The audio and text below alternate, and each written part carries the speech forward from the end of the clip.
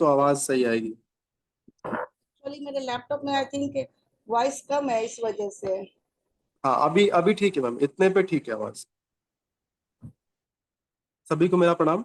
जैसा कि हम जानते हैं, IFPH एक अंतर्राष्ट्रीय मानवतावादी संगठन है जो विश्व स्तर पर होम्योपैथी आंदोलन और कार्यकर्ता को बढ़ावा देता है, ताकि सभी चिकित्सकों और सामान्य जनता को एक ही मंच पर लाया जा सके। मैं doctor Swapnil, international forum for promoting homeopathy द्वारा आयोजित इस 850वें दैनिक हिंदी वेबिनार श्रृंखला में आप सभी डॉक्टर्स का स्वागत करता हूँ। आज का वेबिनार शुरू करने से पहले हम कुछ समय का मौन रखेंगे। धन्यवाद सभी का। हमारे आज की मेहमान और वक्ता हैं डॉक्टर दीपमाला मैम। डॉक्टर दीपमाला मैम ने BA मनोविज्ञान ऑनर्स, BHMS, MD मनोचिकित्सा चिकित्सा, PhD स्कॉलर हैं। वह GT memorial homeopathic medical college एवं अस्पताल पटना के मनोचिकित्सा विभाग में सहायक प्राध्यापक के पद पर कार्यरत हैं। उनके पास कंप्यूटर साइंस में ऑनर्स डिप्लोमा की अतिरिक्त योग्यता भी है। वो लायंस क्लब ऑफ गया की सदस्य एवं पूर्व सचिव रह चुकी हैं। साथ ही मगध होम्योपैथिक एसोसिएशन गया की सदस्य भी हैं। उनकी क्लिनिक का पता है Sanjeevani homeo clinic, Amarnath guest house, गया। मैं मैम से अनुरोध करता हूँ कि वे अपना व्याख्यान प्रारंभ करें और अपने ज्ञान और अनुभव को हमारा साझा करें। Over to you ma'am. Thank you doctor Swapnil. मैं अपना पहले स्क्रीन शेयर कर रही हूँ, देखिए बताती हूँ। मेरी स्क्रीन विजिबल है? Yes ma'am. सबसे पहले आप सबको मेरा नमस्कार। मैं IFPH मंच से पहले से ही जुड़ी हूँ, तो हो सकता है सारे लोग जितने भी हमारे सीनियर्स हैं वो मुझसे अवगत होंगे। एक मिनट डॉक्टर स्वप्निल, मेरे स्क्रीन पे ये स्क्वायर में क्या दिख रहा है, ये मुझे समझ में नहीं आ रहा है। Please move the window. इसे मैं कैसे हटाऊं? आपको दिख रहा है स्वप्निल? जी मैम, मुझे दिख रहा है। एक बार आप कर्सर मूव करेंगे क्या अपना माउस? हाँ। हाइलाइटेड तो हो रहा है, जस्ट मैं देख रही हूँ। अच्छा। मैडम स्लाइड शो में कर लीजिए फुल स्क्रीन में। स्लाइड शो करके देखिए मैडम, स्लाइड शो वहां पे ऊपर में है जो सबसे टॉप में देखिए, tool slide show Windows help लिखा हुआ है ना, हेल्प के बगल में है। हाँ, अच्छा,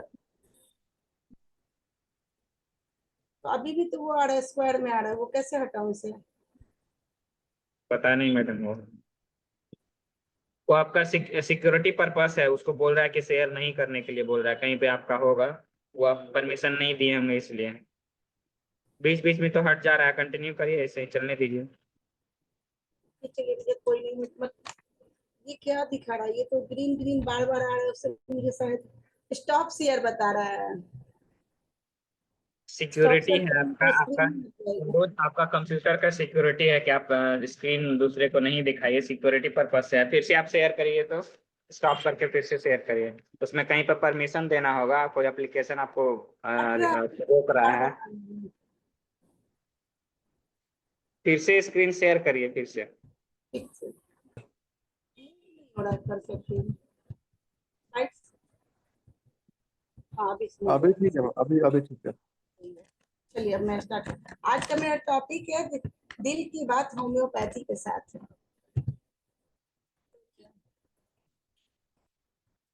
जैसा कि दिल की बात होम्योपैथी के साथ means listening to the voice of the heart and healing the heart emotionally and physically. Means दिल की आवाज सुनना और फिजिकली एंड इमोशनली दोनों तरीके से हम लोग हार्ट को कैसे हेल्दी रखते हैं। आइए आज इस बात की चर्चा करते हैं।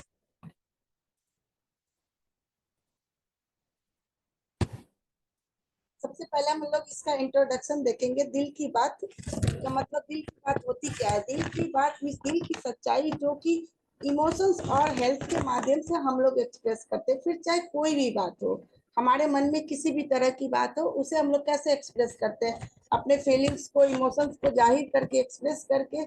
चाहे अगर हम लोग अच्छे हेल्दी है, स्वस्थ है, तो हम लोग हेल्दी ढंग से एक्सप्रेस करते हैं कि हाँ भाई हम लोग ठीक है। इस तरीके से हम लोग दिल की बात को इमोशंस और हेल्थ के माध्यम से एक्सप्रेस करते हैं। Why the heart is more than just a pump, it's a emotional centre in many cultures. मतलब अगर हम लोग इस बात को समझते हैं कि अकॉर्डिंग टू फिजियोलॉजी हम लोग समझते हैं कि हार्ट का क्या काम है। हार्ट का काम होता है जस्ट लाइक हमारे एक ऑर्गन को, सारे ऑर्गन को ब्लड सप्लाई करना। लेकिन अगर इसे इमोशनल पॉइंट ऑफ व्यू से हम लोग देखते हैं, समझते हैं, तो इसका रोल सिर्फ एक ऑर्गन के रूप में नहीं होता, इसको हमारा इमोशनल सेंटर बोलते हैं। मतलब जैसे हम लोग होम्योपैथी, हम लोग हिंदू हैं, तो हिंदू है तो हमारा क्या मतलब ये धर्म भावना मेरे में होती है कि हम पूजा करें, मंदिर जाए पूजा करें, या कोई भी चीज को बोलते हैं कि अरे ये बिना नहाए नहीं ये काम करते हैं, तो हमारे मन में ये भाव आती है। वैसे ही अगर अगर मुस्लिम है तो हमें लगता है क्या कि हम नमाज पढ़े, तो ये हमारा इमोशनल सेंटर से, हमारे कल्चर में इस तरह का बहुत सारे कल्चर जो जो जिस जिस कल्चर को बिलोंग करते हैं उस हिसाब से इसको इमोशनल सेंटर माना जाता है। ये सिर्फ हार्ट का मतलब एज ए ऑर्गन से नहीं समझते। और इससे आगे हम लोग इसका इंट्रोडक्शन में देखते हैं कि होम्योपैथी के साथ इसका क्या रोल है, सिर्फ फिजिकल ही नहीं, इमोशनल लेवल पे भी इसका होम्योपैथी में क्या रोल है। क्योंकि हमारे दिल की बात है, ये हार्ट इश्यू से भी इसका रिलेटेड हो सकता है, तो इसका होम्योपैथी के साथ क्या रिलेशन है इसे आज हम लोग समझेंगे। नेक्स्ट हम लोग समझते हैं व्हाई द हार्ट मैटर्स है। मेरी आवाज क्लियर है ना डॉक्टर स्वप्निल? जी मैम, आपकी आवाज ठीक आ रही है। ओके, तो हमारा क्यों जरूरी है इसे समझते हैं। तो हार्ट का क्यों महत्वपूर्ण भी है, तो हम लोग अभी जैसा कि हमने बताया कि हमारा हार्ट जो एक सिर्फ ऑर्गन ही नहीं है, हम लोग जानते हैं कि इसका काम एज ए ऑर्गन हम लोग समझेंगे तो इसका काम होल बॉडी को ब्लड सप्लाई करना है, जो कि लाइफ के लिए बहुत जरूरी भी होता है। अगर ऐसा या ना हार्ट अगर ये हमारा पंप ना करे, बॉडी को ब्लड सप्लाई ना करे, ऑक्सीजन ना दे, न्यूट्रिएंट ना प्रदान करे, तो ये हम लोग अपने लाइफ को सरवाइव भी नहीं कर पाएंगे। इसलिए as a physiology point of view से ये जरूरी भी है। लेकिन सिर्फ इसका काम हमारा बॉडी को ब्लड सप्लाई या ऑक्सीजन देना ही नहीं है। इसका अगर मतलब इसको ना केवल हम लोग फिजिकल ऑर्गन में देखते हैं, बल्कि अगर इसे इमोशनली पॉइंट ऑफ व्यू से हम लोग देखें तो it's a symbol of love, pain, courage and truth. Emotional wellbeing directly impacts our mental and physical health। देखिए इमोशनली अगर हम लोग अच्छे रहेंगे तो डायरेक्ट हमारे इसका मेंटल हेल्थ और फिजिकल हेल्थ में इफेक्ट पड़ता है। मैंने अभी भी बताया कि अगर हम लोग स्वस्थ नहीं रहेंगे, हेल्दी नहीं रहेंगे, तो क्या होगा, मतलब अगर मेंटली हम लोग इमोशनली ठीक नहीं रहेंगे तो बोलते हैं ना कि अरे किसी बात से आप हर्ट हो गए हो, तो हर्ट हो गए हो किस सेंस में हर्ट हो गए हो, दुखी हो या बहुत खुश हो। तो अगर आप बहुत खुश होते हैं तो भी हमारा एक्सप्रेशन दिखता है, इमोशनल भाव दिखता है कि हम हंसी खुशी रहेंगे, कोई भी काम को अच्छे ढंग से कर पाएंगे। अगर आप दुखी रहेंगे तो वो भी भाव हमारे फेस पे झलकेगा। तो इसीलिए बोला जाता है इमोशनल वेलबींग, मतलब आप अगर भावनात्मक रूप से बहुत खुश हो रहे हो। ये यहाँ पर एक चीज और मैं बोलूंगी कि इमोशनल, क्योंकि हार्ट का टॉपिक मैंने लिया, दिल की बात मैंने ली है, तो सिर्फ इमोशन से ही नहीं, इसको हम अगर हम इमोशनल के साथ साथ मेंटल लेवल पे भी इसका वर्क बहुत अच्छा करता है। क्योंकि दोनों सब हार्ट इमोशन और मेंटल दोनों सिम्टम से जुड़े होते हैं। तो यहाँ इमोशनल पे ज्यादा मेरा मतलब प्रेशर मैं डाल रही हूँ कि इमोशनली अगर आप बहुत अच्छे होते हैं तो हमारा मेंटल और फिजिकल हेल्थ दोनों बहुत अच्छा होता है। फिर चाहे आप खुश हो, दुखी हो, रो रहे हो, हंस रहे हो, इवन आप हेल्दी हो अनहेल्दी हो, हर चीज का हमारे अरे हेल्थ पे इसका इफेक्ट होता है। और unspoken emotions can lead to stress and conflict. बहुत सारी ऐसी बातें होती है तो मतलब आप जो बोल नहीं पाते, कह नहीं पाते, अपनी भावनाओं को व्यक्त नहीं करते हैं, तो क्या होता है हमारे मन में टेंशन होता है, स्ट्रेस हमारा लेवल बढ़ेगा, हमारा इनर माइंड में कॉन्फ्लिक्ट आएगा। उससे मतलब बहुत सारी बातें जो हम अपने अंदर सप्रेस कर देते हैं, हम व्यक्त नहीं कर पाते, इससे हमारा क्या होगा, हमारे बॉडी पे निगेटिव इम्पैक्ट पड़ेगा। हम जो भी बॉडी पे के साथ अगर निगेटिव इम्पैक्ट पड़ेगा तो हमारा हेल्थ में डिटोरिएशन होगा, मतलब हेल्थ में उसका इनडायरेक्ट या डायरेक्ट किसी भी तरह से हमारे हेल्थ को वो प्रभावित करता है। Next, understanding the health. अब हम लोग इसको समझते हैं कि हम लोग पहले हार्ट को समझते हैं एज ए फिजियोलॉजी। मैंने अभी बताया कि इसका काम ही है हार्ट का कि होल बॉडी को सप्लाई करना। लेकिन अगर इसे इमोशनल और मेंटल पॉइंट ऑफ व्यू से समझते हैं तो क्या, हार्ट को तो सबसे पहले एक बहुत ही खूबसूरत कहते हैं ना कि it's a symbol of love, it's a symbol beyond love. देखिए यहाँ पिक्चर में भी मैंने यहाँ पर शो कर रहा है, तो पिक्चर में क्या दिखा रहा है, it carries pain, reflect courage and reveals truth. ये जो हर्ट है हर चीज को कैरी करता है। अगर हम दुख में रहे, दुखी बहुत ज्यादा दुखी भाव में रहते हैं, हर्ट मतलब दुख का फील करते हैं, तो भी कहते हैं दिल अच्छा नहीं लग रहा है, मेरा मन अच्छा नहीं लग रहा है। दिल का कनेक्शन सीधे माइंड पे चला जाता है, दोनों मन अच्छा नहीं लग रहा है, हम अनईजी फील कर रहे हैं, अच्छा फील नहीं कर रहे हैं। अगर यही खुश होते हैं, मतलब बहुत खुशी वाला भाव हमारे मन में आता है, तो क्या इट्स रिफ्लेक्ट्स करेज। हमारे अंदर ये साहस है, इनर फीलिंग है ये। साहस कहीं दिखता नहीं है, ये एक्सटर्नली हमारे फेस पे झलकेगा, इमोशनल भाव में झलकेगा। और ये and it's reveals truth. Reveals truth का यहाँ पर सेंस ये है कि हम हमारे अंदर में सच्चाई, जो भी मन में भाव होगा, चाहे वो गलत पॉइंट ऑफ व्यू से हो या अच्छे पॉइंट ऑफ व्यू से, अगर अच्छे पॉइंट हो तो ये सत्य की जो भावना होती है ये भी हमारे फेशियल एक्सप्रेशन में झलकेगा। तो इमोशनल वेल बीइंग जो होता है ये फाउंडेशन होता है वो दोनों का, मेंटल और फिजिकल हेल्थ दोनों का।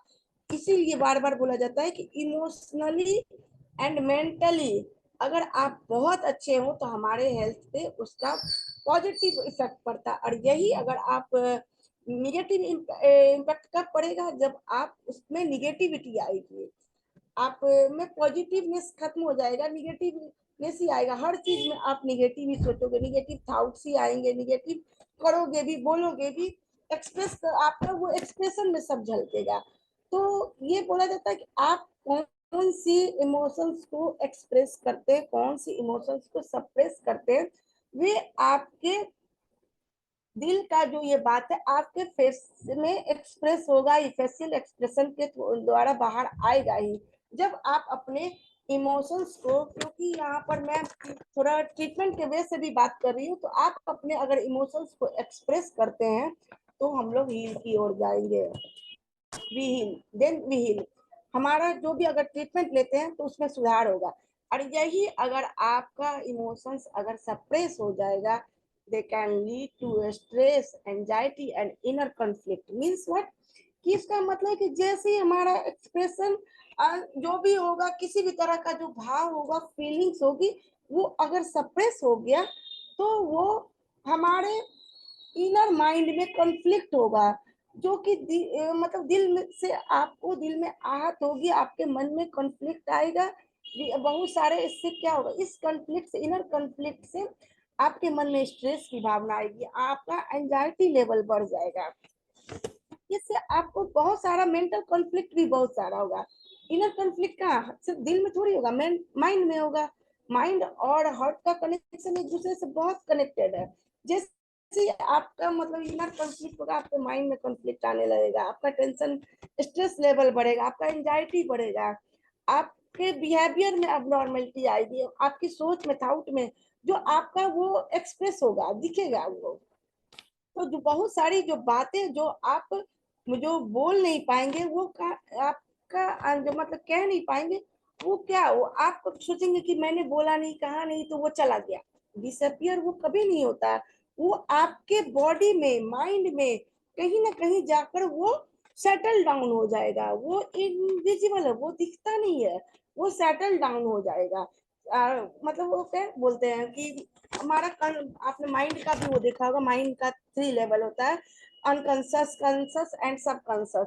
तो वो मतलब उसी स्टेट में वो सेटल डाउन हो जाएगा, जो आपको इनर कॉन्फ्लिक्ट होते होते वो इलनेस में कन्वर्ट हो जाएगा, और आपका बॉडी माइंड से उसका डिसकनेक्टेड हो जाएगा, कनेक्टिविटी खत्म हो जाएगा। कहीं ना कहीं पर एक टाइम ऐसा आएगा जो कहीं ना कोई आप किसी की बात से आप आहत होंगे, कोई किसी तरह के बात से अगर आप हो जाते हैं, तो उस टाइम वो मतलब वो भाव निकलेगा, वो फेशियल एक्सप्रेशन के थ्रू निकले या चाहे किसी भी तरह से निकले, आपके बिहेवियर के थ्रू से निकले, वो निकलता जरूर है। तो इसीलिए हर्ट को समझना बहुत जरूरी है। और हर्ट को हम लोग यहाँ पर 3 लेवल में समझते हैं, जैसा कि आप देख भी रहे होंगे स्क्रीन पे, physical hurt, emotional hurt and psychosomatic connection. तो फिजिकल हर्ट का तो मैं बार बार जिक्र कर रही हूँ, फिजिकल हर्ट का काम ही है, it's regulates blood oxygen and nutrients. Means ये फिजियोलॉजिकल पॉइंट ऑफ व्यू से इसका फिजिकल हार्ट का ये काम है कि हमारे बॉडी को इसका काम है ब्लड सप्लाई करना, ऑक्सीजन सप्लाई करना, हमारे होल ऑर्गन को न्यूट्रिएंट प्रदान करना। अगर इसे इमोशनल पॉइंट ऑफ व्यू से हम देखते हैं तो इसमें इसका क्या, मैं अभी इसके बारे में चर्चा की कि stress, grief, love and trauma, ये सारे हमारा इमोशनल लेवल जैसे ही डिस्टर्बेंस होगा इस सारा का इफेक्ट हमारे बॉडी पे पड़ता ही पड़ता है, 100% पड़ेगा। और कोई इंसान इससे ऐसा नहीं है कि इस दौर से वो गुजरता नहीं है, हर एक इंसान उससे गुजरता है। और एक बात मैं यहाँ पर और बोलूंगी कि मैंने अपना पीपीटी का जो प्रेजेंटेशन तैयार किया बहुत ही सिंपल लेमैन लैंग्वेज में, क्योंकि मेरे पास लैक ऑफ टाइम था। मैं खुद ही थोड़ा सा फैमिली में इन्वॉल्वमेंट, क्योंकि हमारे यहाँ कुछ फंक्शन थे जो अभी भी वो खत्म नहीं हुए, तो मेरे पास टाइम की कमी थी, तो मैंने बिल्कुल सिंपल लैंग्वेज में छोटा सा प्रेजेंटेशन तैयार किया, तो उसी को मैं थोड़ा प्रेजेंट कर रही हूँ। हो सकता है मैं बहुत ज्यादा इसे मतलब हायर लेवल पे नहीं समझा पा रही हूँ, हो सकता है कुछ कमी होगी, तो लेकिन मैं अपने हिसाब से मैं इसे पूरा कोशिश कर रही हूँ कि आपको इजीली बहुत सिंपल वे में समझाऊं। नेक्स्ट ये हमारा थर्ड ये अंडर फिजिकल इमोशनल हर्ट के बाद मैं साइकोसोमैटिक लेवल की बात कर रही हूँ। तो साइकोसोमैटिक कनेक्शन क्या है, ये भी इनविजिबल है, ये दिखता नहीं है, ये आप फील करोगे, ये हाउ इमोशंस मैनिफेस्ट फिजिकली। इसमें आप फील करोगे कि हमारा जो इमोशंस है वो कैसे हमारे बॉडी पे दिखता है, कैसे मैनिफेस्ट होता है। ये एक्सटर्नली आउटवर्ड रिफ्लेक्टेड पिक्चर होता है साइकोसोमैटिक कनेक्शन, जो हमारे होम्योपैथी में भी आप जो दिखते हैं। आप लोगों ने सब लोग यहाँ, क्योंकि यहाँ फिजिशियन ही है सारे लोग, होम्योपैथी से ही सब जुड़े हुए, इन लोगों को सबको पता है कि होम्योपैथी क्या है। तो हमारा होम्योपैथी जो वाइटल ऑर्गन जो कि देखते हैं कि अफेक्टेड होता है, डिरेंज होता है, तो क्या दिखता तो नहीं है, वो भी इनविजिबल होता है, वो फीलिंग होती है, वो आप एक्सप्रेस करते हो। तो साइकोसोमैटिक जो भी प्रॉब्लम होती है, डिजीज होती है, वो फीलिंग्स है, इमोशंस है, ये भाव है जो हमारे इनर माइंड में वो चलता रहता है, और वो अगर डिस्टर्ब होता है किसी भी तरह से तो वो हमारे बॉडी पर फिजिकली मैनिफेस्ट होता है, जो कि outwardly reflected picture of the disease होता है, वो किसी भी सिम्टम्स में होता है।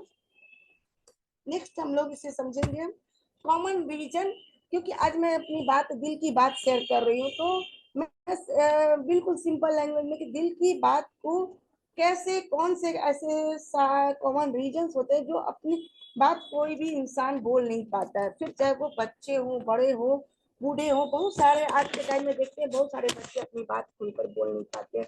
बच्चे ही क्या, बड़ों को भी मैंने देखा है जो बोलते हैं इंट्रोवर्टेड पीपल होते हैं, या बहुत ज्यादा खुले विचार वाले नहीं होते, मन ही मन में रखते अपनी बातों को, खुलकर नहीं कह पाते। तो कौन से ऐसे कारण है, कौन से ऐसे रीजन है जिसके कारण आप अपनी बात को बोल नहीं पाते हो, रख नहीं पाते हो, उसके बारे में सिंपल सी बात मैं आज अपनी बता रही हूँ। फर्स्ट जो सबसे पहला है, जो पिक्चर में भी मैंने भी नोट किया है, फियर ऑफ जजमेंट और रिजेक्शन। सबसे पहला कॉमन, मैं ये इस चीज को मैं बहुत मतलब नजदीक से मैंने इसको देखा है बच्चों के केस में स्पेशली। फियर ऑफ जजमेंट, पहले ही वो लोग डर जाते हैं। बच्चों में मतलब छोटे बच्चों के, टीनेजर्स की बात मैं कर रही हूँ, टीनेजर्स में ये बहुत कॉमन है।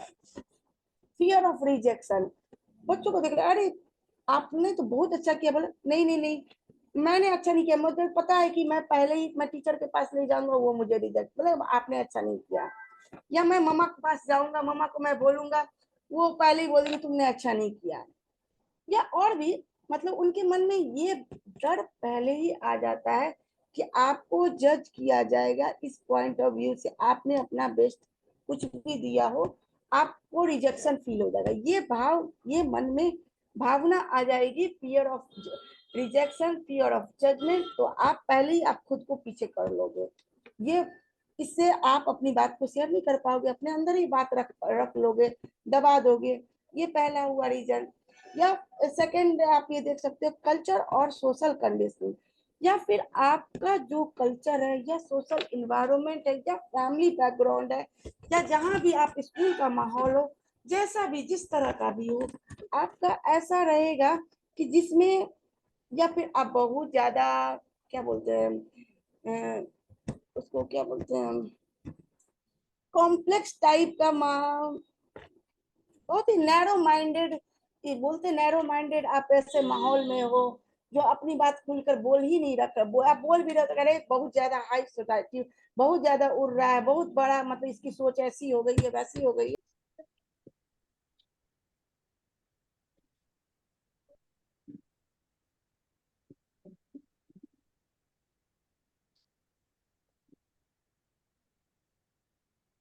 ये तो शेयर हुआ नहीं है। अ, जी सर, मैं कर रहा हूँ सर। वो आई थिंक वो एक्चुअली वो जो फाइल है ना सर, वो उसका मेरे पास वो है नहीं। मैं बस खोल रहा हूँ सर हाँ बस। तो बोलिए, आप बोलिए। वैसे मैं कहाँ पर थी? Understanding like common reason people don't share, दिल की बात ना। हाँ, मैं मतलब कौन कौन से ऐसे रीजन, मेरी आवाज आ रही है ना? जी जी मैम, आपकी आवाज आ रही है। हाँ, आप शेयर कीजिए जब तक मैं बोल रही हूँ कि कौन कौन से ऐसे कॉमन रीजंस होते हैं जिसकी वजह से पीपल अपनी बात दिल की शेयर नहीं कर पाते हैं। तो मैंने बताया, पहला फियर ऑफ जजमेंट और रिजेक्शन, और नेक्स्ट कि आप कौन से ऐसे कल्चर में किस तरह के सोशल आपका बैकग्राउंड है, वैसे भी ये रीजन होते हैं जिसकी वजह से आप अपनी बात खुलकर रख नहीं पाते हो। मतलब अगर आपका माहौल बहुत ही अगर नैरो माइंडेड है और आप बहुत ओपन माइंडेड हो, तो वैसे माहौल में भी आप अपनी बात खुल के नहीं रख पाते हो, जिसकी वजह से सप्रेशन हो जाता है। मतलब आप बहुत ओपन माइंडेड हो, कुछ भी बात बोल रहे हैं, अरे ऐसा नहीं करना चाहिए, बहुत जैसे कि आज के टाइम में सिंपल सी बात अगर किसी के ड्रेसअप को लेकर बोला जाए, बहुत ओपन माइंडेड है, कुछ है तो आपको छोटी छोटी बात पे टोक दिया जाएगा, आप ऐसा नहीं करो, वैसा नहीं करो, इस तरह से नहीं करो, वैसा नहीं करो, मतलब छोटी छोटी बातों पे टोकना, बार बार बोलना। तो ये सब रीजन ऐसे, मतलब ये आपका माहौल है इस तरह का जिसकी वजह से आप बोल नहीं पाए, आप अपनी बात को अपने ही अंदर रखते हैं। या फिर ऐसा भी हो सकता है, कोई हर एक इंसान थर्ड पाया है कि lack of someone trustworthy to talk to, मतलब आपकी लाइफ में किसी ऐसे इंसान की कमी होना जिससे आप अपनी बात को खुलकर रख नहीं पा रहे हो, जिनसे आप अपनी बात शेयर नहीं कर पा रहे हो। हर इंसान की लाइफ में कोई ना कोई ऐसा होता है जिससे जिसके सामने आप अपनी बात को रख पाते हो, बोलते हो। लेकिन अगर ऐसा पर्सन आपके लाइफ में नहीं है, फिर चाहे वो आप एज ए फ्रेंड भी आपका हो सकता है, आपके मदर भी हो सकती है, आपके भाई बहन भी हो सकते हैं, आपके फ्रेंड सर्कल के भी हो सकते हैं। अगर ऐसा नहीं होता है तो ये सारे रीजन है जो कि आप अपने आप को खुद में ही सीमित कर लेते हो, आप अपनी बात रख नहीं पा रहे हो। स्वप्निल, नहीं खुला क्या आपसे? जी मैम, एक्चुअली आपका जो फाइल का फॉर्मेट है ना मैम, वो अलग फॉर्मेट में है, वो पीडीएफ में है नहीं, अच्छा इसके चलते वो डब्ल्यूपीएस वगैरह किसी में भी खुल नहीं रहा है। मैं उसको अच्छा कन्वर्ट कर रहा हूँ, मैं खोल रहा हूँ, बस 2 मिनट दीजिए मेरे को। अच्छा, आप ठीक चालू ठीक है। रखिए, तो तब तक वो अपना कर लेंगे। हाँ, तब तक मैं हाँ कंटिन्यू करती हूँ। Next, effects of suppressed emotions.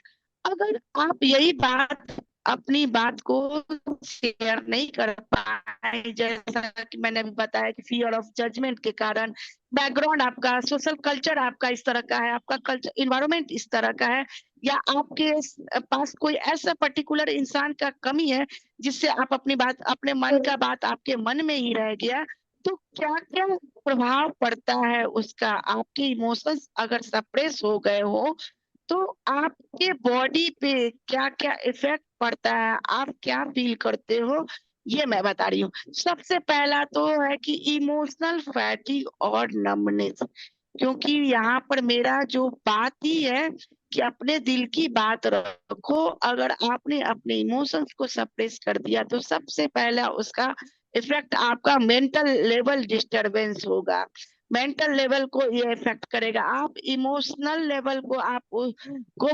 Emotionally आप इफेक्टेड होंगे, इमोशनली आप जैसे ही इफेक्टेड होंगे आप मेंटली हरास होंगे, मेंटली इफेक्ट होंगे, और आप मेंटली इफेक्ट होंगे तो इसका इफेक्ट आपके बॉडी पर फिजिकल दिखेगा, आपके बॉडी में नंबनेस होगी, आप थकान फील करेंगे, टायर्ड फील करेंगे। तो मैम, इससे क्या स्क्रीन होगा? दिख रही है मैम? आप, यस यस यस, हाँ हाँ, स्क्रीन दिख रही है। आप स्क्रीन शेयर की। नेक्स्ट ये था मैम, इसके आगे वाला। इफेक्ट ऑफ सप्रेस्ड, हाँ हाँ हाँ, ये वाला। नेक्स्ट नेक्स्ट, हाँ बस, हाँ ये वाली थी।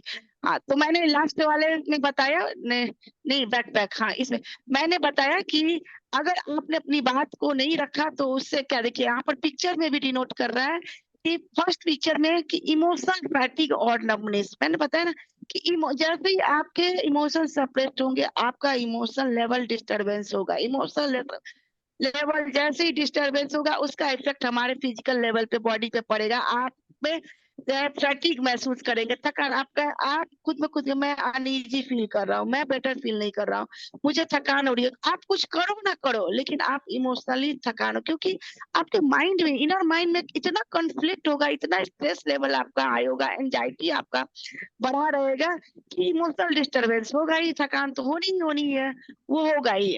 और साथ ही साथ आपको बहुत सारी साइकोसोमैटिक इलनेस स्टार्ट हो जाएंगी जो कि वो इनविजिबल है, दिखता नहीं है, वो आप फील करोगे।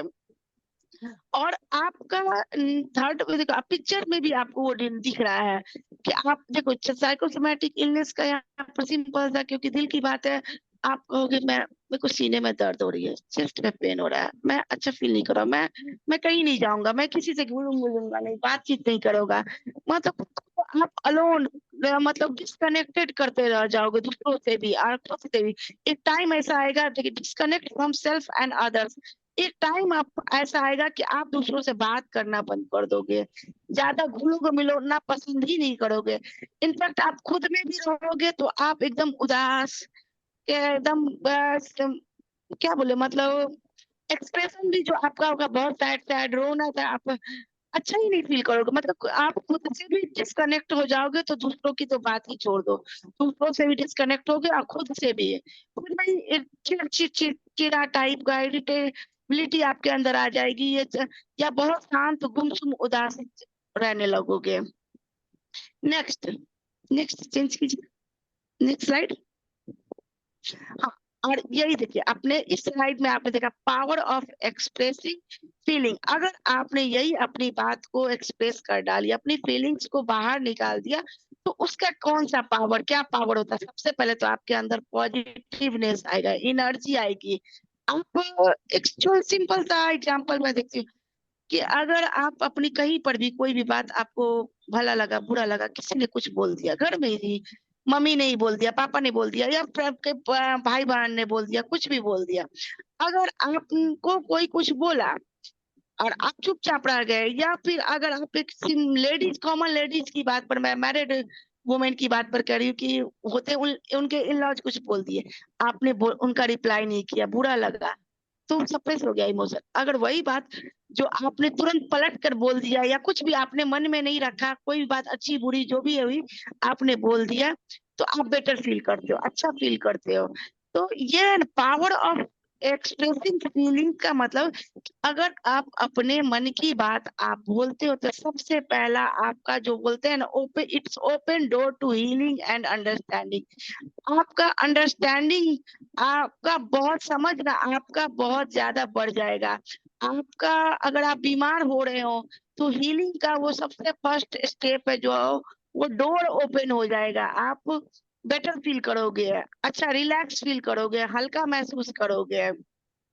और ये अगर आपने अपनी बात खुलकर बोल डाली तो आपके अंदर पॉजिटिवनेस आएगा, इनर्जेटिक आप फील करोगे, और आपका बॉन्डिंग जो है वो और स्ट्रांग होगा, आपका रिलेशनशिप बहुत बिल्डअप हो जाएगा, स्ट्रांग हो जाएगा। और इतना ही नहीं, अगर आपका एंजाइटी लेवल भी घट जाएगा, आपका इनर कॉन्फ्लिक्ट, इनर टेंशन सब हल्का होगा, आप खुद कहोगे कि मैं काफी रिलैक्स्ड हूँ, बेटर फील कर रहा हूँ, अच्छा फील कर रहा हूँ। यहाँ पर आपको मैं एक छोटा सा एग्जांपल एक मूवी का बता रही हूँ, जब वी मेट में करीना कपूर को आपने देखा होगा, मेरे पास इतना टाइम नहीं था, नहीं तो मैं आपको वो क्लिप के थ्रू समझाती, क्लिप में बहुत अच्छा वो मूवी, आई थिंक सबने देखी होगी, कि उसका मैं अपने बॉयफ्रेंड से डिस्पैच हो जाता है। करीना कपूर कितनी बोलने वाली थी, टॉकेटिव थी, चंचल थी, वो किसी भी बात को दिल से लगाती ही नहीं थी, और वो खुश मिजाज, कुछ भी करना हो तो बेधड़क बिंदास होकर बोलो, हर बात को हंस के, इवन सीरियस मैटर को भी बहुत ही लाइटली हंसी खुशी वो बोलती थी। लेकिन जब वो दुखी हुई, साल भर तक अपने फ्रेंड से, मतलब अपने वो बॉयफ्रेंड से अलग हो गई थी, तो देखा तो उसका क्या रूटीन था, बिल्कुल उदास, कुछ नहीं, वो उसका डेली एक्टिविटी भी खुद पे उसका वो था ही नहीं थी, बस वो जी रही थी अपनी लाइफ को रूटीनिस्टिक, मतलब गई काम पे गई, खाई क्या खा रही है, क्या चल रही है, क्या पहन रही है, कैसे कर रही है, उसे इसका कुछ भी होश नहीं है, बस वो लाइफ जी रही है जैसे तैसे जी रही है। लेकिन वो अपनी लाइफ जैसे कि जस्ट अपोजिट हो गया। लेकिन जब उसके फ्रेंड ने ये बताया कि तुम्हारी किसी और की वजह से तुम्हारी लाइफ ऐसी हो गई है, तो तुम अपनी बात बोल डालो, उसे कह डालो। वो झिझक रही थी कि मैं बोलूं या ना बोलूं, लेकिन बार बार फोर्स करने पर जब उसके फ्रेंड ने उसे बोला, तो वो क्या बोलती है, एक बहुत ही गंदे ढंग से, अब्यूसिव ढंग से, तुझे क्या लगा था कि तू मुझे छोड़ देगा? मतलब मैं तो बोल नहीं पा रही हूँ वैसे, लेकिन बहुत ही रफली उसने रफ लैंग्वेज यूज करके बोला था कि तुझे क्या लगा लगा था कि तूने अगर मुझे छोड़ दिया तो मैं मर जाऊंगी, मेरी लाइफ पूरी तरह से हेल हो जाएगी। ऐसा नहीं है, मैं बहुत अच्छी हूँ। मैं मतलब वो अपनी भड़ास को बाहर निकालते हुए बोल रही थी कि तुझे कीड़े पड़ेंगे, मतलब रफ वर्ड उन्होंने ढेर सारा बोलकर अपनी बात को वो फोन काट देती है। उसके बाद वो क्या बोलती है कि I am feeling much better, मैं बहुत रिलैक्स फील कर रही हूँ। उसके बाद से फिर से उसका लाइफ का सारा स्ट्रेस सब दूर हो जाता है। तो ये पावर है, ये इफेक्ट है, आपके अंदर इतना पॉजिटिविटी, इतना एनर्जेटिक आप फील करते हो अपनी बातों को जब आप खुलकर बोलते हो, एक्सप्रेस करते हो। तो नेक्स्ट, आपने यहाँ पर पिक्चर में भी देखा होगा कि आप अगर सप्रेस कर रहे हो तो क्या क्या भाव आ रहे हैं, और जब आप अपनी बात को बोल देते हो तो क्या भाव आते हैं, एक्सप्रेस फेशियल एक्सप्रेस कैसा होता है। नेक्स्ट है safe way to express your दिल की बात। कौन सी? एकदम सिंपल, मैं बार बार कह रही हूँ कि बहुत ही सिंपली मैंने जो कॉमन दिनचर्या में सबका लाइफ में ऐसा होता है, उससे मैंने अपना प्रेजेंटेशन तैयार किया। बहुत सा सिंपल सा कि कॉमन सिंपल कौन से ऐसा वे है जो आप अपनी बातों को रखते हैं, बोलते हैं। तो सबसे पहले तो आप अपने फ्रेंड से बात करिए, फैमिली मेंबर से खुल के बात करिए, खुल के हंसिए, खुल के अपनी बातों को रखिए। कोई भी प्रॉब्लम हो, अच्छा हो बुरा हो, किसी भी टॉपिक पे बात करिए। और सिंपल, आपको खाना ही खाना हो तो खाने के टेबल पे आपने डाइनिंग टेबल पे आप बैठे, उस समय आप बात करिए, कुछ भी बात करिए, लेकिन बात करिए। अगर ये आप काफी प्रॉब्लम फेस कर रहे हो, अगर आप ट्रीटमेंट एज ए पेशेंट अगर आप ट्रीटमेंट ले रहे हो, तो आपको ज्यादा दिक्कत होगी तो थेरापिस्ट के पास जाइए, मगर अपनी बात को रखिए, अपने मन में नहीं कुछ दबाइए छुपाइए, अपनी बात को रखिए जरूर। मैं बार बार कह रही हूँ कि आपके मन में कोई भी बात दबी रहेगी, आप एज ए पेशेंट अगर आप डॉक्टर के पास जा रहे हो तो बहुत मैंने देखा क्लिनिक में, अरे डॉक्टर साहब ऐसा कुछ नहीं है, बस मेरा यही प्रॉब्लम हो रहा है, ये घुटने में दर्द हो रहा है, या मुझे पेट दर्द हो रहा है, या कुछ भी आपका उनका कोई भी एक दो कंप्लेन रहेगा, उसके अलावा आप कुछ पूछेंगे और सब ठीक है, और सब ठीक है, वो बताएंगे ना और सब ठीक है। जब आप केस टेकिंग करने पर आते हो, पूछने पर आते हो, तब आप देखते हो कि इतनी सारी बातें जो उनको खुद भी नहीं पता होता है, वो नहीं जानते हैं कि इसका क्या रिलेशन इससे है। आप अगर उसके मेंटल लेवल पे पूछने पर जाओगे तो सबसे पहले इतना बात कौन पूछता है। और जब यही खुल के जब साथ में, जब मैंने देखा है साथ में जब कोई अटेंडेंट रहते हैं, उस समय भी वो नहीं बोल पाते हैं, कुछ बातें वो दबा लेते हैं। हस्बैंड वाइफ भी बहुत बार आया तो हस्बैंड के डर से वाइफ नहीं बोल रही है, हस्बैंड ही उसके सामने इतना उसको किए हुए है कि अरे ये क्या बोलेगी, मैं बता रहा हूँ ना, मैं इसके बारे में बोल रहा हूँ। जस्ट में अगर आप उसे बोल दीजिए आप बाहर जाइए, तब वो जो बोलती है वो बात, एक हो सकता है एक बार में ने पेशेंट बात नहीं अपनी बात रखे, 2 बार 3 बार जब आप उसे फॉलो अप में रखेंगे, देखेंगे आपको एक टाइम ऐसा आएगा कि वो खुद ब खुद सारी बात अपने बोलेगा, बताएगा, तब वो खुद से कहेगा कि मैं बहुत अच्छा फील कर रहा हूँ।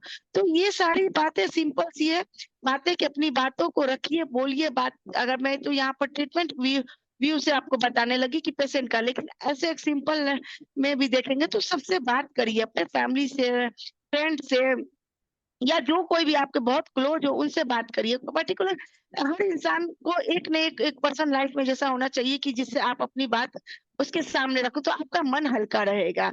आप अपने अंदर क्रिएटिविटी लाइए। अगर आप बहुत ज्यादा फ्री रहते हो तो कुछ खुद को इन्वॉल्व कीजिए। कहते हैं ना, खाली दिमाग शैतान का घर होता है, तो खाली दिमाग बिल्कुल मत रखिए, खुद को इन्वॉल्व रखिए। आप वो क्रिएटिविटी कैसे ला सकते हैं? आपको अगर म्यूजिक पसंद करते तो म्यूजिक सुनिए, आर्ट करिए, पोएट लिखिए, पोएट्री कीजिए, मतलब किसी भी तरह से आप खुद से कनेक्ट होइए, खुद से बात करिए, खुद दूसरों से कनेक्ट होइए। इससे आपकी अपने अंदर की भाव को अगर आप पेंटिंग कर रहे हैं तो पेंटिंग के थ्रू ही आपका भाव मन से निकलेगा, वो बोलेगा। और जब आप अपने दिल की बात सुनते हैं तो क्या होता है, यहाँ पर पिक्चर में मैंने दिखाया कि एज ए डॉक्टर अगर किसी को हार्ट को देख चेक कर रहा है तो कैसे चेक रहा है, लब डब सुनकर हार्ट साउंड को सुनता है, कहता है कि हाँ आपका दिल का धड़कन सही है, या अगर ज्यादा कर रहा है तो कर रहा है आप हाइपरटेंशन के हैं, ये कर रहा है, आपका स्लो पल्स हो रहा है, ये हो रहा है, मतलब हाइपो है, हाइपर है, जो भी, ये यहाँ पर लबडब की बात पर हो गई। लेकिन अगर इमोशनल पॉइंट ऑफ व्यू से आप देखते हैं, अगर आप दिल की बात सुनते हैं तो यू बिकम मोर ऑथेंटिक, आप बहुत ऑथेंटिक फील करेंगे, आप अपने जो भी डिसीजन लेंगे बहुत ही अंदर अंतर भाव से लेंगे, सच के साथ लेंगे, और उसमें बहुत ज्यादा क्लैरिटी होगी। इमोशनल क्लैरिटी जब आती है तो आपके मन में शांति होती है, पावर स्ट्रेंथ आपका बढ़ता है, ये भाव बहुत अच्छा आपको फील करवाएगा, बहुत ही अच्छा। और इसके लिए आपको थोड़ा सा माइंड को कूल काम करके प्रैक्टिस करने की जरूरत होती है, जो आपको सेल्फ रिफ्लेक्ट करवाएगा, सेल्फ रिफ्लेक्शन की ओर ले जाएगा। मतलब खुद के मन में क्या भाव है उस चीज को आपको खुद से जाहिर आप करेंगे, और आप अपने मन को पॉजिटिवली फील करेंगे। और आप टाइम टू टाइम अपने विचार को जर्नल करते रहिए, किसी के भी सामने बात को रखिए, बताते रहिए। और जब भी आप अकेले में हो तो अपने दिल की बात को जरूर सुने, शांति में कहते हैं कभी शांत दिमाग से कोई बात सोचो समझो तब करो, ये बात बोलते हैं तो क्यों, यही allow silence your heart often speaks in quite moment, यही इसका मतलब यही है कि आपका जब आप अकेले में रहो, जब आपके मन में बहुत सारे द्वंद चलती रही, बहुत सारे भाव आ रहे हैं कि मुझे ऐसा नहीं करना चाहिए, ये गलत है, वो गलत है, दिस दैट, बहुत सारे, वही शांत भाव से, शांत मन से जब आप अपने दिल की बात सुनते हैं और वो जो अलाउ करे वो आप जो करेंगे, क्या सेटिस्फेक्शन आपको मिलेगा ये आप खुद में फील करेंगे। Next next slide please doctor Swapnil. हाँ, अभी यहाँ पर दिल की बात हो रही है तो आइए कुछ कॉमन हार्ट रिलेटेड इश्यूज भी होते हैं, तो ये मैं फिजियोलॉजिकल और इमोशनल पॉइंट ऑफ व्यू से बता रही हूँ कि फिजियोलॉजिकल पॉइंट ऑफ व्यू से तो कॉमन आप लोग सब जान रहे हैं, हाइपरटेंशन होती है, पल्पिटेशन, चेस्ट पेन, मतलब बोलते हैं कि हमारा दिल का धड़कन बहुत तेज हो गया, सीने में दर्द हो रही है, हमारा बीपी बहुत रेज हो गया है, तो ये फिजिकल पॉइंट ऑफ व्यू से हो गया। और इमोशनल पॉइंट ऑफ व्यू से देखते थे हम बार बार चर्चा लेती आ रही कि हमारा एंजाइटी लेवल बढ़ जाएगा, ग्रीफ होगा, इमोशन सप्रेस्ड होने पर बहुत सारे, फिर अगर इमोशनल हम डिस्टर्बेंस होते तो स्वाभाविक सी बात है कि हमारा मेंटल लेवल अफेक्टेड होगा, मेंटली हम लोग डिस्टर्ब होंगे, तो इसमें बहुत सारी फिर डिजीज आ जाएंगी। नेक्स्ट, अब हम लोग होम्योपैथिक अप्रोच की बात करें तो होम्योपैथिक अप्रोच में मैं यहाँ पर आपको सबसे पहले थोड़ा सा बेसिक ऑफ होम्योपैथी की चर्चा लूंगी। बेसिक ऑफ होम्योपैथी में हम लोग ये पहले तो हम लोग जानेंगे कि हम लोग बहुत अच्छे से इस चीज को जानते हैं कि हमारा होम्योपैथी जो है डॉक्टर सैमुअल हैनीमैन का फादर ऑफ होम्योपैथी है, और ये कि इसका लॉ है कि सिमिलिया सिमिलिबम कुरेंटर, जो इसका थ्योरी है लाइक्स की और लाइक्स पर ये ट्रीटमेंट इसका होता है, जिसमें किसी भी पेशेंट का हम लोग सिम्टम्स को लेते हैं, सिम्टम्स को ऐसे ही नहीं लेते, इंडिविजुअलाइज करके लेते हैं, टोटलिटी ऑफ द सिम्टम्स को लेकर लेते हैं। तो ये पहले इस बात पर हम लोग सब लोग कहेंगे कि लाइक्स की और लाइक्स जो होता है, लाइक्स जो हम लोग सिमिलर सफरिंग जो होता है उस पर ही हम लोग इसका ट्रीटमेंट करते हैं। तो मैं ज्यादा डीपली इसके बारे में नहीं बोलना चाह रही क्योंकि सब लोग होम्योपैथिक ही है, तो इस पे मैं बोलूंगी तो मुझे खुद में लगेगा कि ये तो बच्चों की तरह बात बोल रही है, इसलिए मैं कि सिंकोना बाढ़ के बारे में सब लोग जान रहे हैं कि सिंकोना बाढ़ डॉक्टर हैनीमैन ने खुद पे ही वो खाकर मलेरिया फीवर हुआ था, तो भी लैक्स की और लाइट्स का इन्होंने इस तरह से इन्वेंट किया था होम्योपैथिक का, तो उसी पर मैं इसके बारे में ज्यादा बेसिक चर्चा नहीं ले रही हूँ। बार बार मैं ये कहूंगी कि होलिस्टिक हीलिंग के बारे में होम्योपैथी में डॉक्टर हैनीमैन सर ने कहा है कि हमारा डिजीज जो है, ये हमारा डिजीज शरीर में नहीं है, शरीर में बाद में आता है, पहले मन में आता है। इसी पे बोला भी गया कि तन मन रोगी तन क्या करे, तो मन रोगी तन मतलब हमारे मन को पहले ठीक करो, शरीर का दुख अपने आप दूर हो जाएगा, वो बाद में दुख दूर होगा। तो इसमें होम्योपैथी में 7 का फंडामेंटल प्रिंसिपल्स भी होते हैं, कार्डिनल प्रिंसिपल्स भी होते हैं। उसके बारे में मैं थोड़ा सा कुछ वर्ड में चर्चा ले रही हूँ कि law of similia, law of simplex, law of minimum, doctrine of drug proving, theory of chronic disease, theory of vital force और डॉक्ट्रिन ऑफ ड्रग डायनामाइजेशन। ये एक सिंपल सा उन्होंने होम्योपैथी का 7 fundamental principle doctor Hahnemann sir ने दिया। आप इस चीज को फॉलो करके होम्योपैथिक मेडिसिन का आप इंडिविजुअलाइजेशन के थ्रू आप मेडिसिन देंगे तो मिरेकल वर्क करती है। ये आपके का माइंड एंड बॉडी पे बहुत अच्छा इसका इम्पैक्ट पड़ता है। और वाइटल फोर्स, हम लोग बार बार वाइटल फोर्स की बात करते हैं, तो वाइटल फोर्स दिखता तो नहीं है, वाइटल फोर्स इनविजिबल होता है। इस बैक स्लाइड में ही अभी जाइए डॉक्टर स्वप्निल, हाँ बैक स्लाइड में, इसी में, हाँ इसी के पर मैं थोड़ा सा भी चर्चा ले रही हूँ कि हम लोग बार बार कर रहे हैं कि वाइटल फोर्स इनविजिबल है। और होम्योपैथी के बारे में बार बार सब लोग के मुंह से मैंने सुना है, बोलते भी आ रहे हैं, इस पे बहुत ज्यादा कंट्रोवर्सी भी है कि होम्योपैथी ये क्या है, होम्योपैथी कोई मेडिसिन नहीं है, प्लासेबो है। नहीं, प्लासेबो नहीं है ये होम्योपैथी। प्लासेबो देते हैं, जरूर देते हैं। कब देते हैं? जब हम लोग वाइटल फोर्स हमारा डिरेंज होता है, हम लोग मेडिसिन देते हैं।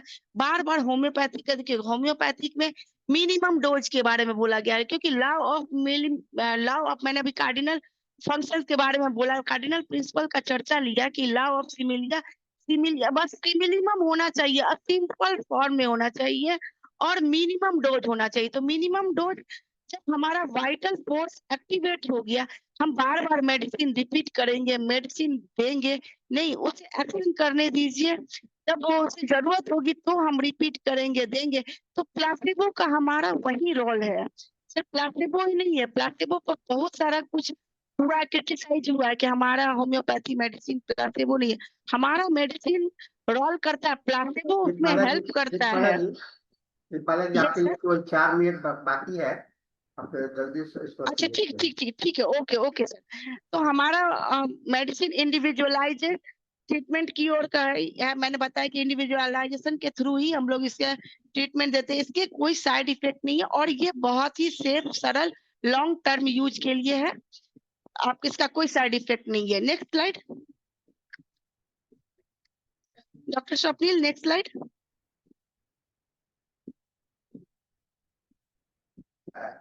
हाँ, अभी हम लोग कॉमन रिमेडीज हार्ट के लिए देखते हैं कि कौन कौन सी कॉमन रिमेडी है। ये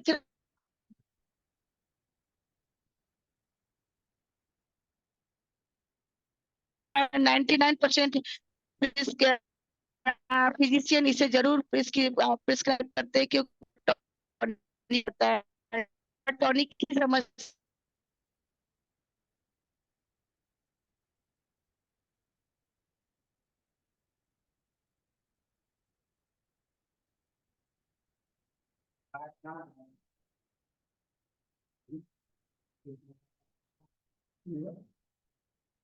अच्छा रोल है।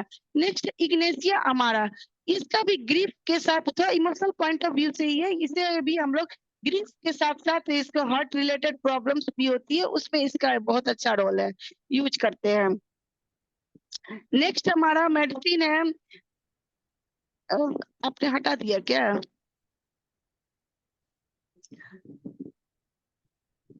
डॉक्टर स्वप्निल, हाँ नेक्स्ट हमारा मेडिसिन है डिजिटलिस। डिजिटलिस का भी बहुत अच्छा रोल है। डिजिटलिस हम लोग यूज करते हैं when we use palpitation with fear and weakness. Digitalis जब हमारे दिल की धड़कन बहुत तेज हो जाती है, साथ ही साथ जब डर और वीकनेस होती है, तो इसमें इसका भी बहुत अच्छा रोल है। इसे हम लोग इसे अपने प्रैक्टिस में जरूर यूज करते हैं। नेक्स्ट है कैक्टस जी। कैक्टस जी का भी बहुत अच्छा रोल है। जब sensation of being of heart being squeezed and chest constriction, जब हमारा हम लोग देखते हैं कि हमारे चेस्ट में कंस्ट्रिक्शन की फीलिंग होती है और हमारा हार्ट लगता है कि एकदम स्क्वीज किया गया, तो उस समय ये मेडिसिन हमारा बहुत अच्छा वर्क, ये थेरेपेटिक पॉइंट ऑफ व्यू से है। लेकिन अगर इसे हम लोग टोटलिटी लेते हैं, जो इंडिविजुअलाइज करते हैं, तो मेडिसिन में भी कुछ और आ सकती है, क्योंकि उसमें सारा मेंटल, फिजिकल, जनरल हम लोग सारे लेते हैं। नेक्स्ट स्लाइड है myth and fact. Next slide. Next slide myth and fact. तो सबसे बड़ा मिथ तो हम लोग ये देखते आ रहे हैं कि सबसे लोगों में ये भ्रांति है कि होम्योपैथी बहुत स्लो वर्क करती है। होम्योपैथी कुछ इतना धीमा वर्क करती है कि कहना ही नहीं। लेकिन ये बहुत बड़ा मिथ है, फैक्ट, जबकि ये उतनी ही तेजी से एक्ट करती है। लेकिन कब? जब ये वेल इंडिकेटेड रेमेडी हो, वेल सेलेक्टेड रेमेडी है, जब हमारा ये सिमिलिमम पर मिल जाता है, तो उतनी ही अच्छी से, उतनी ही तेजी से ये वर्क करती है। और नेक्स्ट है मिथ है कि ये सिर्फ माइनर इश्यूज में काम करती है। ऐसा भी नहीं है। ये माइनर इशू क्या, ये मेजर से मेजर इश्यूज में भी बहुत ही इफेक्टिव है। स्पेशली ये क्रॉनिक और सीरियस कंडीशन में भी इसका रिजल्ट हमारे क्लिनिक पे दिखने को मिलता है। आप भी देखते होंगे, हम लोग भी देखते हैं। नेक्स्ट स्लाइड है lifestyle support with homeopathy. Next slide. हाँ, तो देखिए, होम्योपैथी सिर्फ लेने से ही काम नहीं चलेगा। क्या आप होम्योपैथी दवा यूज कर रहे हो और आप सोचोगे अपने लाइफस्टाइल में कुछ चेंजेस नहीं लाओगे, मैनेजमेंट नहीं करोगे, तो आपको इम्प्रूवमेंट नहीं मिलेगा। इसलिए होम्योपैथी के साथ साथ तो आप प्रॉपर डाइट ले, प्रॉपर स्लीप ले, साथ साथ आप एक्सरसाइज करें, योगा करें, मेडिटेशन करें और रेगुलर फॉलो अप में रहें। एक बार जाने से आपको ठीक नहीं हो जाएंगे। रेगुलर फॉलो अप में रहें, चेकअप में रहें, डॉक्टर के कंसल्ट में रहें, तभी आप होम्योपैथी के साथ बहुत अच्छा आपका ट्रीटमेंट होगा। अब आइए हम लोग कंक्लूड, क्योंकि हमारे पास टाइम नहीं है, इसलिए लास्ट स्लाइड में मैं आ रही हूँ कंक्लूजन पर। तो कंक्लूजन में मैं ये बोलूंगी, नेक्स्ट स्लाइड। दिल की बात तो बोलना, क्योंकि हमारा टॉपिक ही है दिल की बात, तो दिल की बात इज नॉट अ वीकनेस। ये हमारा कमजोरी नहीं है, ये हमारा इनर पावर है, इनर स्ट्रेंथ को बढ़ाता है। ये एक ब्रिज का काम करता है कि आप अपने मन में कोई बात ना रखो, खुल के रखो, बोल कर बोलो। ये प्रूव करता है, आपको स्ट्रांग बनाता है। तो अपने खुद की बात सुनना सुनना स्टार्ट कीजिए। अपनी बात ठीक है। अपने दिल की क्लोज बात डाउन। सुनेंगे तो जरूर होगा। यस यस, मेरा लास्ट ही है ना, last slide. Next last slide. तो अब मैं इन्हीं शब्दों के साथ खत्म कर रही हूँ कि आज हो सकता है मेरे दिल, आप लोग सबने अपनी दिल की बात सुनी होगी और क्लिनिक में आप खुद धन्यवाद के दिल की धन्यवाद बात सुनते हुए दीपमाला जी, अब हम लोग का समय की आप बात हो गया। सुनने हाँ, अब हम लोग सेशन को क्लोज करते हैं, है ना। और आपको बहुत बहुत धन्यवाद, आपने बहुत अच्छा प्रेजेंटेशन दिया है ना। और आइए हम लोग अब, चूंकि हम लोग का समय नहीं है कुछ चर्चा करने का इस पर, हम लोग इस सेशन को मूव करते हैं। Over to you doctor Dhanesh for your English session. You can start your session now. Yes yes, thank you sir. Doctor Dhanesh, you are here. Who is the host for the? Yes, sir. Yeah, please, sir. You can take up the session, sir. Thank you, sir, Hari sir and Dr. Deepamala. Thank Good you, sir. evening,